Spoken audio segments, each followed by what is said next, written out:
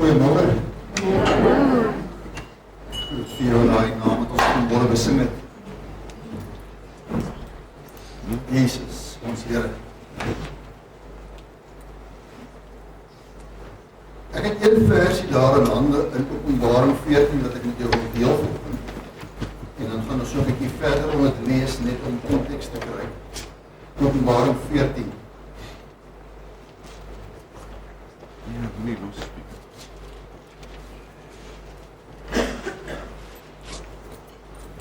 Voordat ons na die woord toe gaan, kom ons bid net saam. Ons sê vir U baie dankie, dierbare Here, dat U met ons is. U het van die begin af gesê, ek sal julle nooit begewe, ek sal julle nooit verlaat nie. U is die ewige Immanuel, wat as dit vertaal word, beteken dit God met ons. U is met ons. En dankie dat U altyd met ons is. En so ook vanmôre, Here, U ken elkeen se behoeftes, soos ons hier ingekom het. Verskillende behoeftes wat verteenwoordig word in verskillende huishoudings. Die Here is bekend daarmee, met elkeen. En daarom as ek hom opdra nie, ons wil vra, Here, wees genadig. En hoor as aan daai geroep word, verryk ons. En ons sê vir dankie, Here Jesus, U hoor en verhoor. Al die lof en eer en dank om U toe. Amen. Amen. Openbaring 14 vers 12 lees: Hier kom die lydsaamheid van die heiliges te pas. Hier is hulle wat die gebooie van God en die geloof in Jesus bewaar. Die Engelse vertaling sê vir ons, here is the patience of the saints. Do you want to know where and how? This is the patience of the saints. Here they are, that keep the commandments of the Lord and the faith of Jesus. Dit is wie geduldig is, die lydsaamheid bewaar. Ons leef in 'n tyd waar ongeduld sekerlik een van ons grootste uitdagings is in ons tyd. Uitdagings soos wat ons is ongeken. Ongeduld in die huis, ongeduld by die werksplek, ongeduld op ons paaie, ongeduld in 'n winkelsentrum, ongeduld oral. Maar sê Johannes vir ons in Openbaring, hier is die geduld van die heiliges. Hier kom die geduld van die heiliges te pas. Hulle wat die gebooie van God bewaar en wie hulle geloof in die Here Jesus Christus bewaar. Dis hulle. Dis die antwoord. Dis die uitkoms.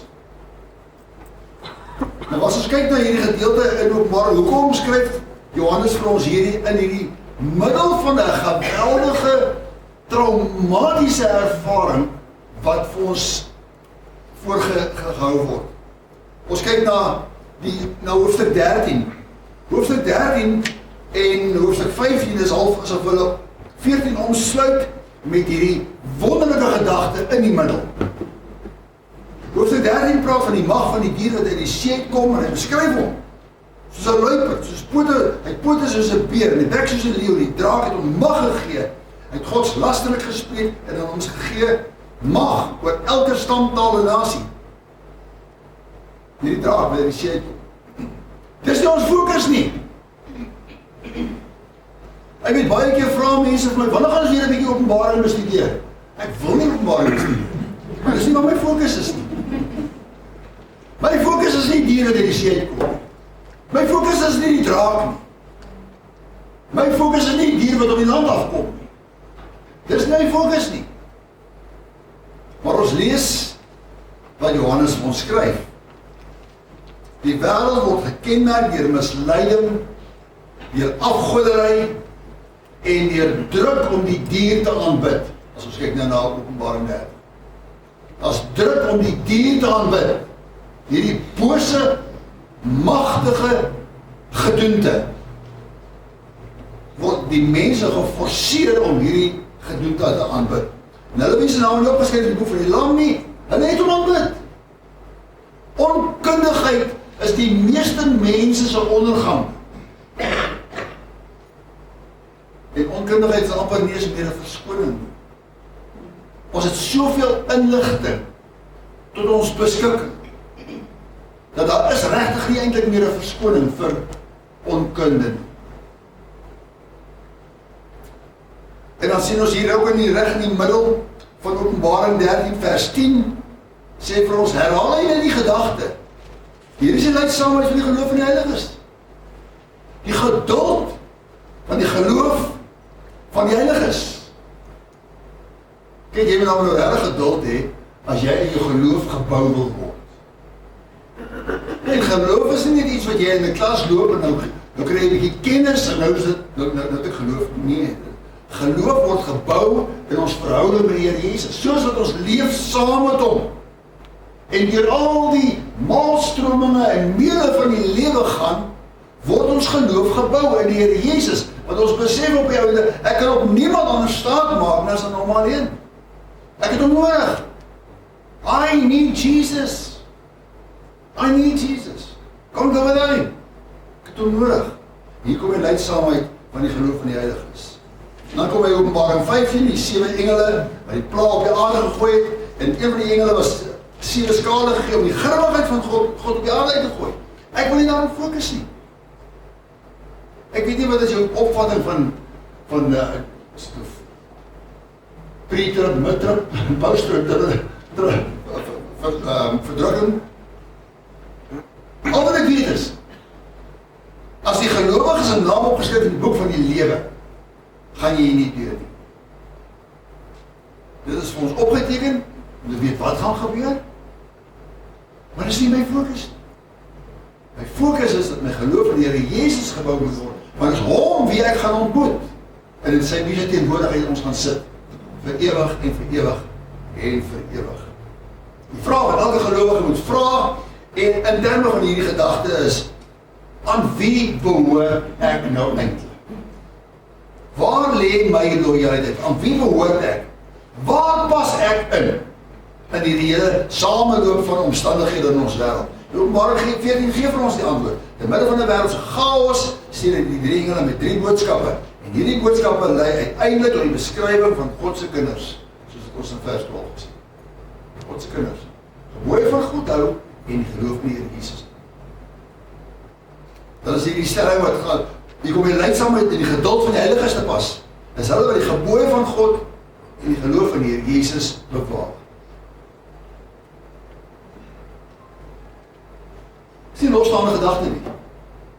In die middel van ons toegevou, as soos 'n parel, wat opgebreek word in die skop en opgebreek en die parel reg in die middel. Net of ons moet laat skep oor alles wat in ons wêreld gebeur. Hy roep ons in die eerste plek, vers 6 en 7. Openbaring 14. Roep hy vir ons tot geloof in die ewige evangelie. Dit is my wonderlike gedagte, wonderlike gebruik van die term. Die ewige evangelie. Dis nie 'n evangelie wat een of ander stadium was en nou is dit verby nie. Dis 'n ewige evangelie. Dit wat die Here Jesus vir ons vermag het, is vir ewig en ewig en ewig. Vers 6, kom ons lees dit. En ek het ander engele in die middel van die lig gesien, vlieg met 'n ewige evangelie om die boodskap te aan die bewoners van die aarde en aan alle stamme en nasies en tale en volke. En hy het met 'n groot stem gesê, vrees God en gee hom heerlikheid. Want die uur van sy oordeel het gekom en aanbid hom, wat die hemel en die aarde en die see en die waterfonteine gemaak het. Aanbid hom. Nie die dier nie. Aanbid hom. Dis die ewige evangelie. 'n ander engel het gesien met die ewige evangelie. Dit is my so hartseer om te sien dat daar so 'n vlaag van nuwe evangelie is, wat nou die ronde doen in baie instansies. Wil hulle nie kerke doen. 'n nuwe evangelie. Terwyl daar geen nuwe is nie, sê Paulus. En dit word so aangepas om die mense se behoeftes te bevredig. Wat is die mense behoefte vandag? Baie mense sit in skuld en baie skuld het kom. Wel, ek het vir antwoord, gee baie geld vir my en dan gaan die Here jou seën baie. Dis 'n leer. Dis 'n nuwe evangelie wat die ronde doen. En mense mislei. En mense glo dit. En hulle word ontnugter langs die pad, en kom agter, maar hierdie ding werk nie. Hierdie word skattelik en ek sukkel nog steeds. Nee, die ewige evangelie om te verkondig aan die bewoners van die aarde en alle nasies en stamme en tale en volke. Die evangelie is vir almal. Nuwe evangelie? Nee, 'n ewige evangelie. Van Genesis tot Openbaring is daar net een evangelie, net een goeie nuus. Net een goeie nuus. Jesus Christus het gekom in die vorm van 'n mens.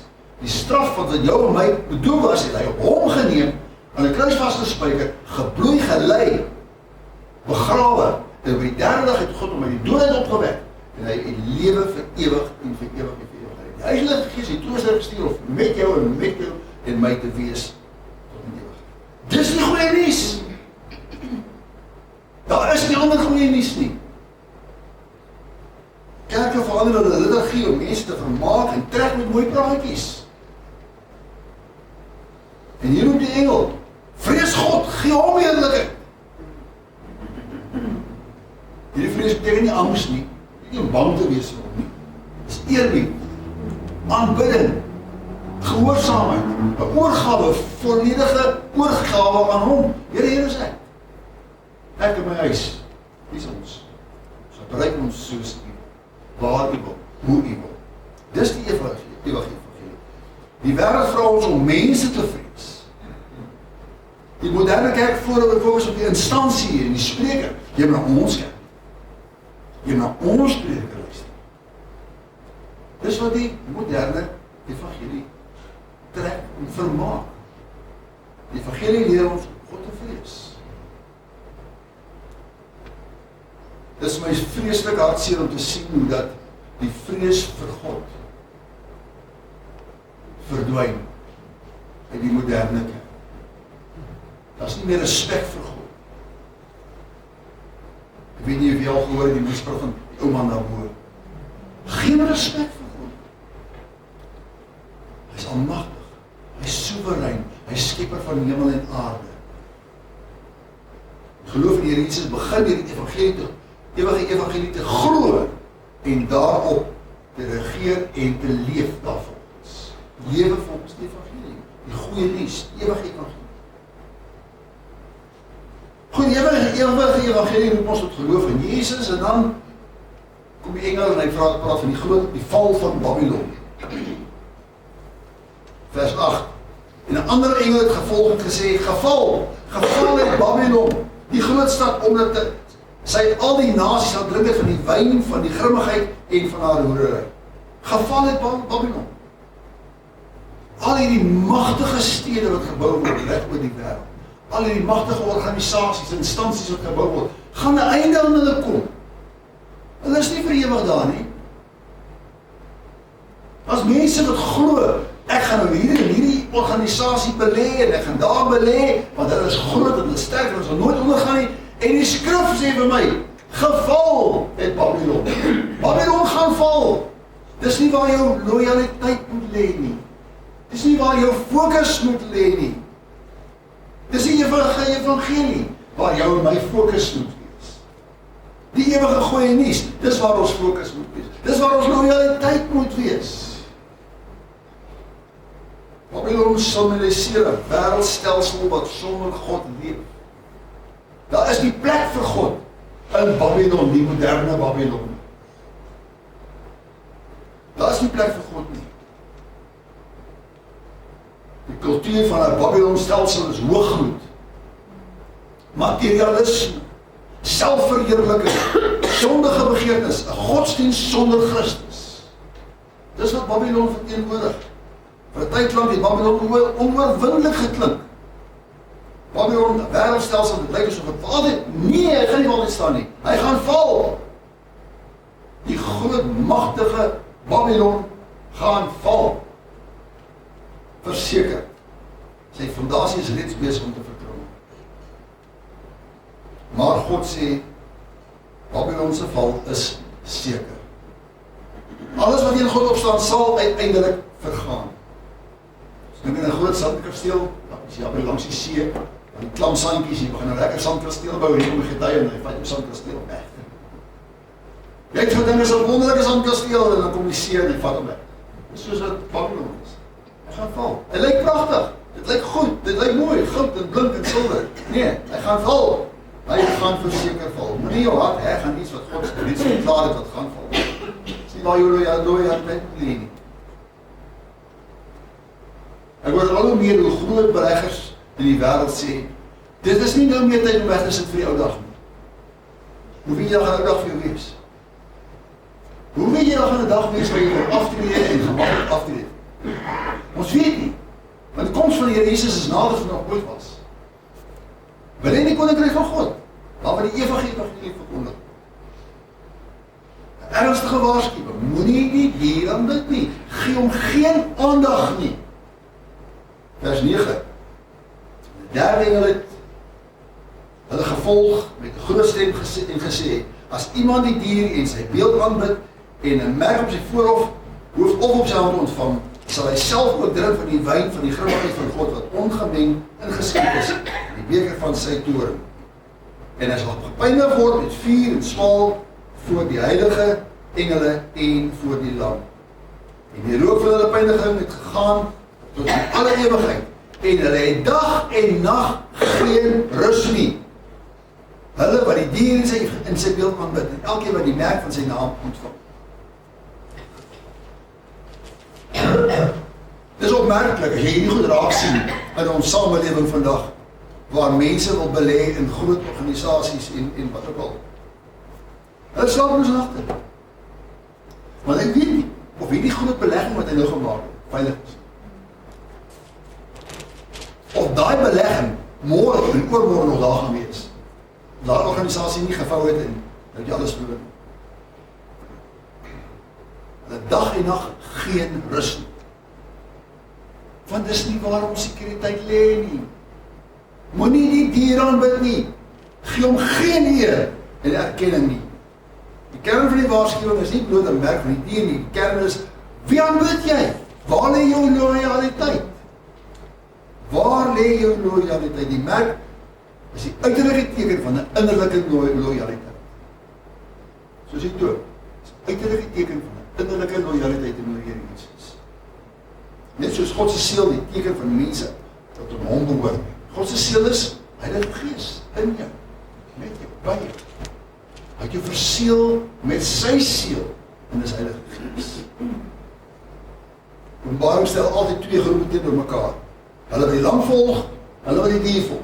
Daar's altyd twee groepe. Niemand kan twee Here dien nie, het Jesus gesê. Jy gaan een lief hê en jy gaan die ander een haat.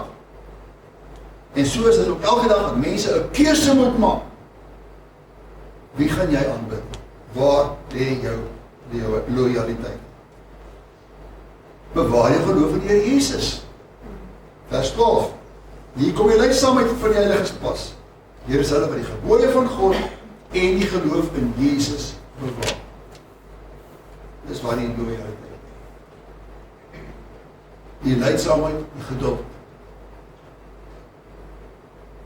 Wag met geduld op die koms van die Here Jesus.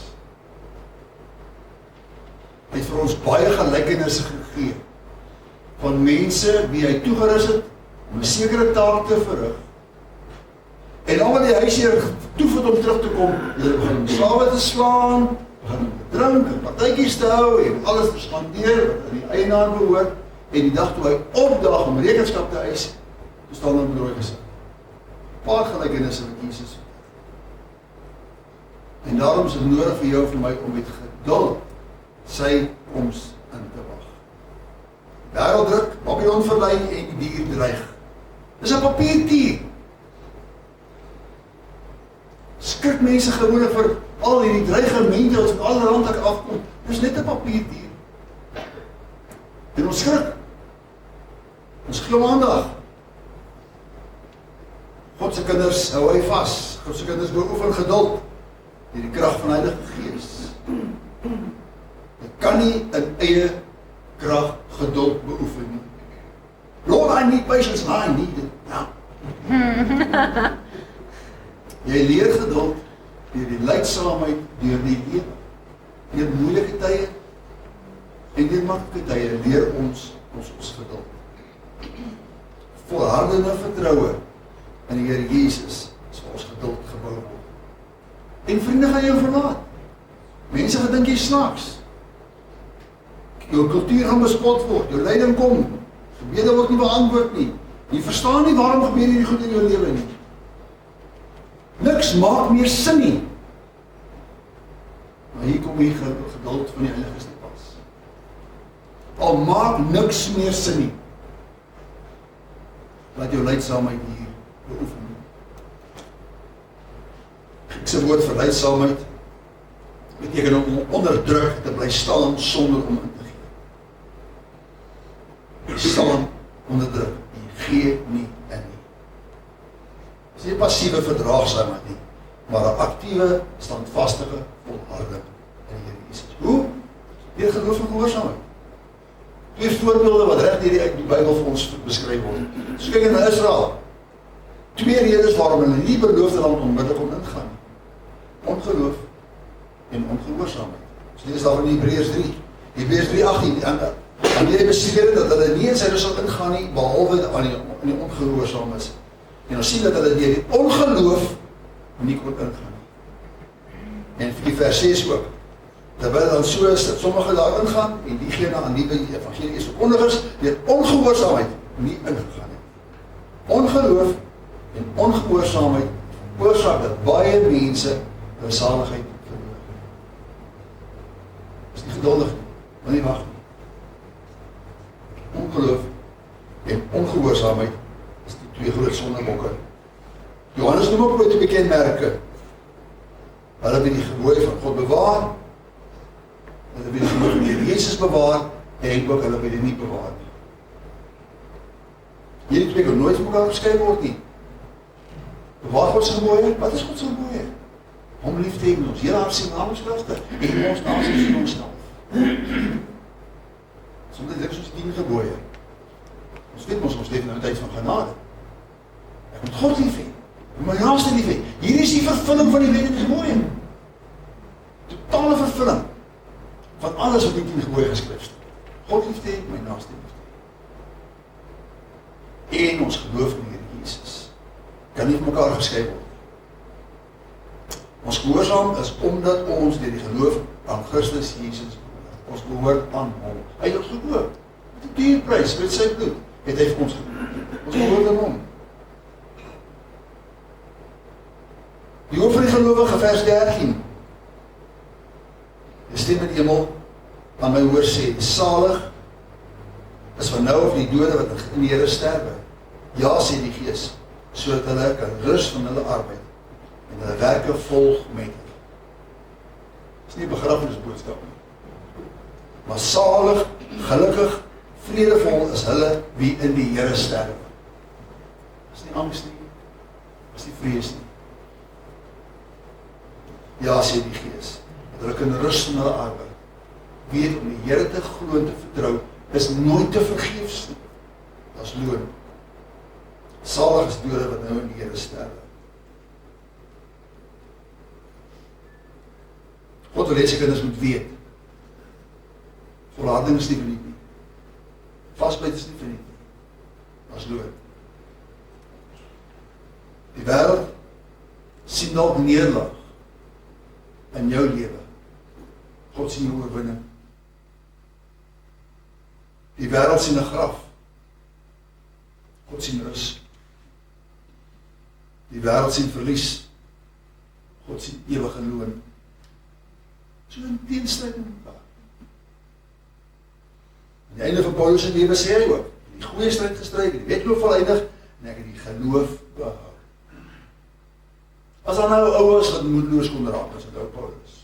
Hy het aangehou te doen, ten spyte van die feit dat hy geslaan is met stokke, uit die steen uitgegooi is, klippe gegooi is, het hy aangehou. Die wedloop volëindig, die geloof behou, die belangrikste van alles. En dit is die getuienis wat elke Christen behoort te bely. Die stryd gestry, en die geloof behou, tot aan die einde toe. Hoe bewaar jy geloof in die Here Jesus? Dis sonder skool dinge hierdie. Bly in die evangelie. Bly nie daar. Dis die goeie nuus.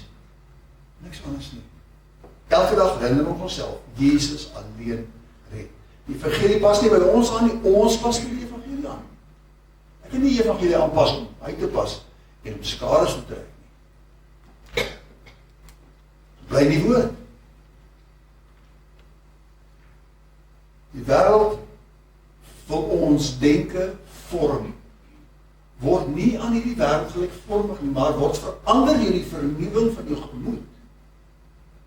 So jy kan proef van die goeie en die afvallige en volmaakte wil van God is. As vreemde goed het verkondig word. Die rede woord daarvoor is dit. Gelowiges verwaarloos God se woord.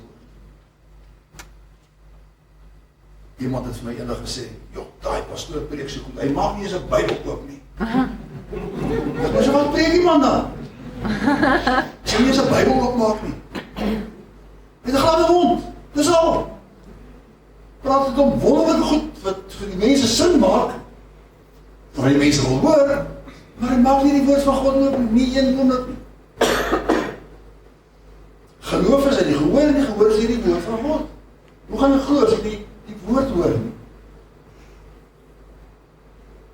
Agnostikus is eendag vir die evangelis gesê, hy glo nie meer nie, want hy kan nie meer een preek onthou wat in sy lewe gepreek is nie. Van kinderjare af. Het baie preke gaan sit en luister, ek kan nie eers met een preek onthou nie. Die evangelis sê, weet jy wat? Ek kan nie so met my vrou en my geslaap gegee om te eet nie. Maar al wat ek weet, ek is gevoed. Ek is gesond. En ek eet elke dag. Want ek is gevoed. En so word ons gevoed deur God se woord. Jy lees nie woord elke dag. Jy verstaan nie elke antwoord met alles nie. Maar jou liggaam, jou siel word gevoed. En jy staan sterk in die Here. Bly in gebed. Gebed is asemhaling van geloof. Soek met hom gesels. Maak my hartsbegeerte aan hom bekend. Maak my besorgdhede aan hom bekend. Ek gesels met die Here. Gebed is deel van 'n gelowige se lewe. Jy kan nie daarsonder nie. The family that prays together stays together. Bly in 'n gemeente. Raak betrokke in 'n gemeente. Openbaring skryf dat gemeentes nie geïsoleerde individue nie. Ons het mekaar nodig, mekaar aan te moedig en te versterk. Word deel van 'n baksteenbende. As jy verlede Sondag kan onthou. En Petrus 2, kom na hom toe die lewende steen wat die mense wel verwerp is, maar by God uitverkore en kosbaar is. En laat julle ook soos lewende stene opbou tot 'n geestelike huis, 'n heilige priesterdom, om geestelike offers te bring wat aan God welgevallig is deur die Here Jesus Christus. 'n Geestelike huis. En hou jou oë op Jesus. Hou jou oë op hom. Terwyl ons so groot wolk van getuies rondom ons het sê Openbaring 11 ons dat al die geloofshelde, hulle het nie 'n Bybel gehad nie. Hulle het nie TV gehad nie, hulle het nie radio gehad nie, maar het God geglo. Al die geloofshelde in Hebreërs 11. Nou kom hoofstuk 12 en hy sê, terwyl ons die groot wolk van getuies rondom ons het, almal het geglo het. Laat ons ook elke las af lê en die sonde wat ons so maklik omring en met volharding die wedloop loop wat voor ons is. Die oog gevestig op Jesus. Luister maar die verhouding van die geloof. Wat vir die vrede hom voorgehou is, het hy die kruis verdra.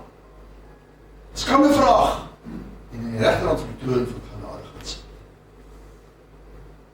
Tydens 'n storm op die see, dan gaan die skeepskaptein nie die storm dop nie. Hy gaan kyk na sy kompas. Hy gaan kyk waar sy lig is. Hoe lyk sy rigtingwysers vir hom? Nie die storm nie. Kyk na die rigtingwysers. Wat is wie ons rigtingwyser? Jesus is. Sy woord is ons rigtingwyser. Dis waar ons bly. Al verstaan ek niks in die wêreld om ons aangaan nie, bly in die woord. Bly in sy waarheid. Hy is die middelpunt.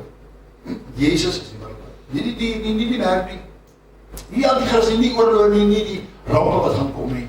Jesus is ons fokus. Hy is ons middelpunt.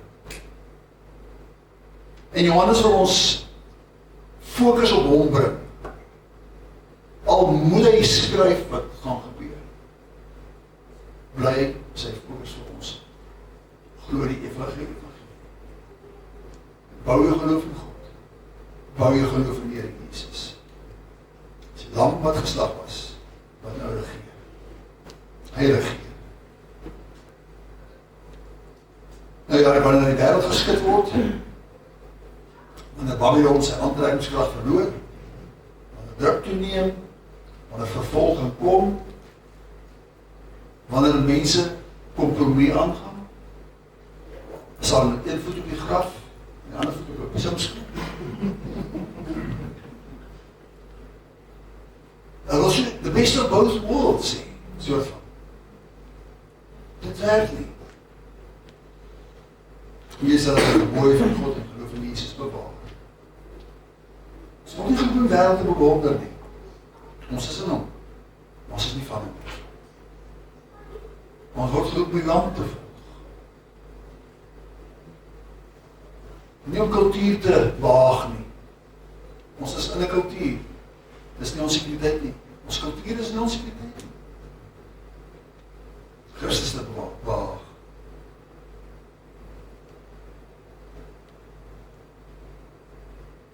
Elke troos wat vir ons is altyd in sy woord. Hy is ons troos. Maar die krag van God bewaar word, die geloof tot saligheid. Al die eer behoort aan hom, in 'n wêreld wat ons voortdurend roep om kompromie aan te gaan. Ag, die Here sal verstaan. God verstaan nie sonde nie. As jy gesien het, skryf daarvan. Gaan sy kinders die ewige evangelie vashou. Geloof in God behou. Geloof in die Here Jesus behou. Dis waarom ons ook die nagmaal gebruik volgens. Nagmaal herinner ons om ons geloof in die Here Jesus te bevestig, vas te maak. Dit is nie Bybelse waarheid, die nagmaal is nie net herinnering aan die Here Jesus se kruisdood nie, maar ook sy opstanding en sy lewe. So geleentheid vir gelowiges om hulle geloof in hom opnuut te bevestig, wanneer ons die nagmaal gebruik. Maar as dit op maniere aansit, dan doen ons dit meer op net, as om net 'n godsdienstige gebruik na te volg, maar as 'n bevestiging, 'n belydenis. Here Jesus, ek erken U as Here in my lewe.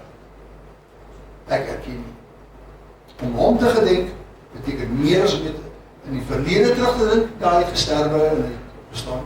Dit is meer as dit. Hy lewe vandag in my en jou as 'n geloof. Deur sy Gees. En sy volmaakte offer en sy opstanding en sy belofte van ewige lewe. So Paulus skryf ons, so dikwels as jy nie dood nie, weet jy, verkondig julle die dood van die Here totdat hy kom, want hy gaan weer kom. Hy gaan weer kom.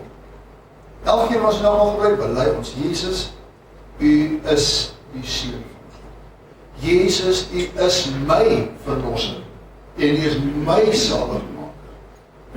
U kruisdood was volkome en genoeg vir my nou. Vertrou nie op my geregtigheid, sy geregtigheid.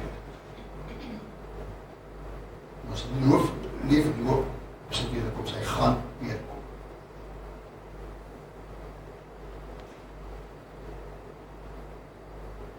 Anders nou die nagmaal gebruik, ek jou vra om saam met my vir 'n oomblik net ons harte stil te maak vir hom.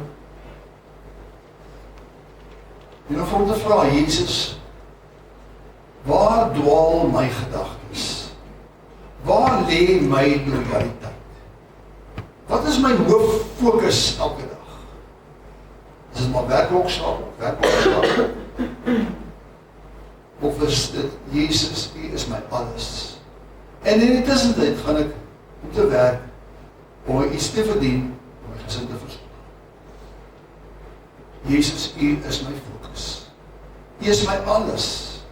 U is my alfa en my omega. U is die begin, die einde en die een is wat was en wie weer kom. Dankie Jesus dat ons weet vanmôre, U alleen is my verlosser.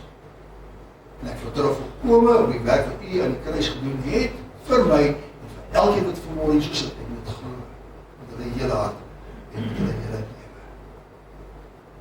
Dankie Here Jesus dat die nagmaal vanmôre ons verhouding met U versterk, bevestig en dat dit ons bewaar